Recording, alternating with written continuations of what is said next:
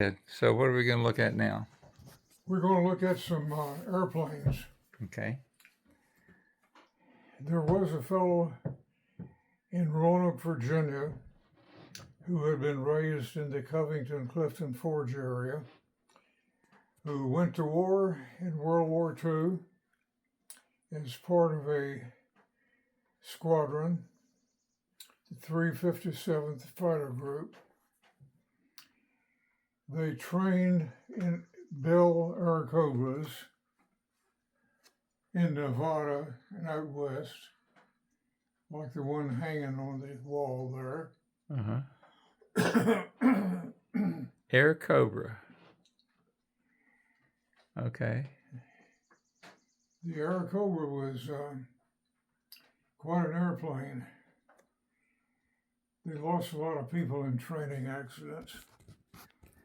Now, in my work professionally, I went to Aberdeen Proving Grounds. Right. And they have a aircraft testing memorial for the men who gave their lives testing airplanes. Well, what you did not want to do was to take the Airacobra, make an approach to landing, and be too slow, banking heavily, because you were going to slide into the ground. Okay, just slips right down. It would just stall. Okay. And go right into the ground. But they had fun. They flew under bridges just for the fun of it. There is a story which may or may not be true. The story was that they went into the local pub one Saturday night, and they were all having their beer until finally this one fellow had enough. And the waiter said, "Okay, Mac, you need to go home and sleep it off now." "No, I want some more beer."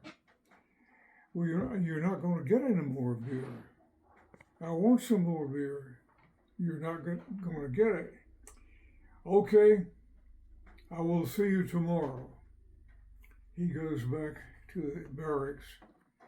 Next day gets up, takes his aircraft, loads it with live ammunition, and shoots up the water tower.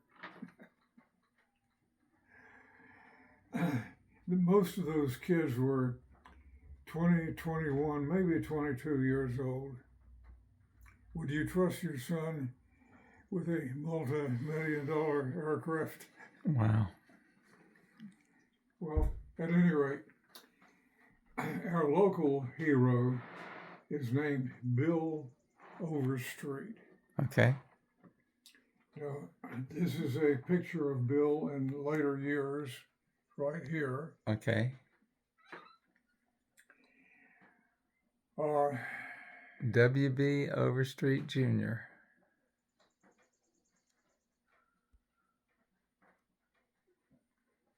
Okay. Bill was with the unit when they were doing escort over the continent. Okay. The ME-109s would come up. "Hello, come in, come in." Oh, here's Patty. You're on the tape now. Hi. Come on in, darling. We are filming and capturing some fascinating stories, and we're just Hi. Good to see you. Thank you. Good to see you. You want to sit? Oh, sure.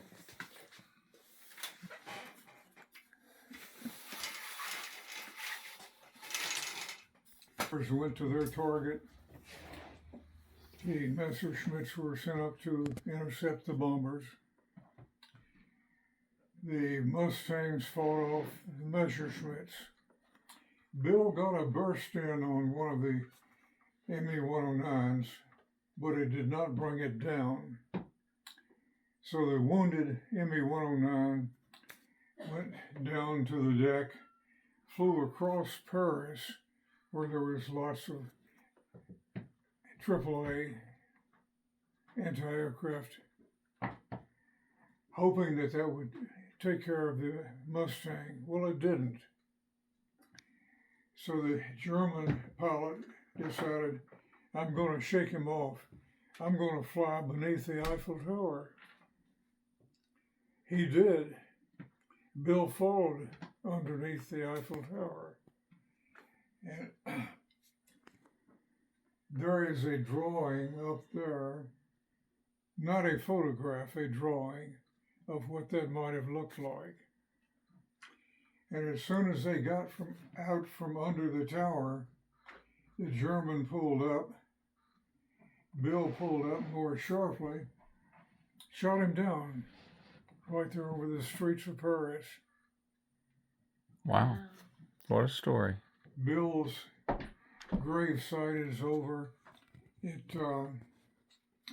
Roanoke at Evergreen Cemetery. Okay. We just buried Jimmy Benson's father's remains over there. He's about 4 spaces from Bill. Okay. Right. Okay. How about that? No, but Bill always said, don't tell my story. Tell the story of Eddie Simpson.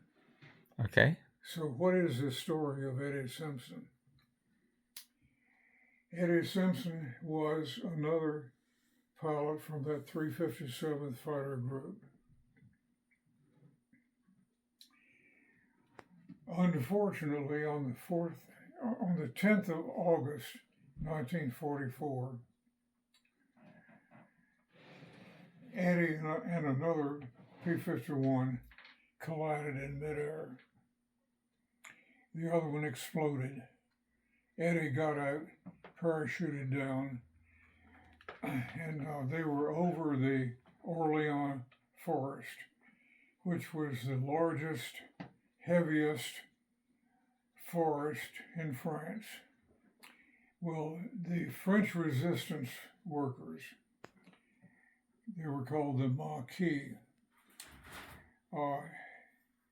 took control of him, saved him from the Germans, and he worked with the Maquis fighting the Germans for 4 days until the 14th of August, 1944. On that day, they were having a funeral service for 9 of their members who had been killed in firefights with the Germans. So during the ceremony, a German patrol came along. Well, there was probably shooting back and forth. The Germans went back for reinforcements. The Maquis said, well, the Germans now know where we are, so we had better get out of Dodge. They had some trucks, mostly stolen German, and they piled into those, and they took off as a convoy going to the nearest liberated city. And this was Orléans. The Germans formed a convoy and started chasing the Maquis. The Germans were gaining. Something had to be done. The last truck in the Maquis convoy stopped. They dropped the tailgate, took out a heavy machine gun, set it up in the middle of the road. This is a dirt gravel road through a dense forest. So 4 of the Maquis and Eddie Simpson, the pilot, manned that machine gun until they were all killed. But they slowed the Germans down so that they never caught the 250 or so good guys. Right. They sacrificed their lives. Right. There is now a memorial. This is a place south of Paris. There is a memorial to the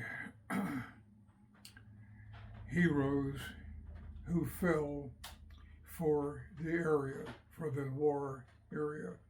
And his name is on that monument, just like all of the French names. Quite a story. Yes, it is. And that story was not even known. The Army was carrying him on his records, or on their records, as having been killed on the 10th Okay. in the mid-air collision. Right. Not true. He was killed on the 14th by ground fire from German forces. And that story was dug up by Stars and Stripes reporter and appears in the September 1950, let me see, 1959, I think, edition of Stars and Stripes. It had been buried all those many years. So Eddie's body was taken over to the eastern part of France, and he's buried over there. But the memorials and so forth are still there in the middle of that forest.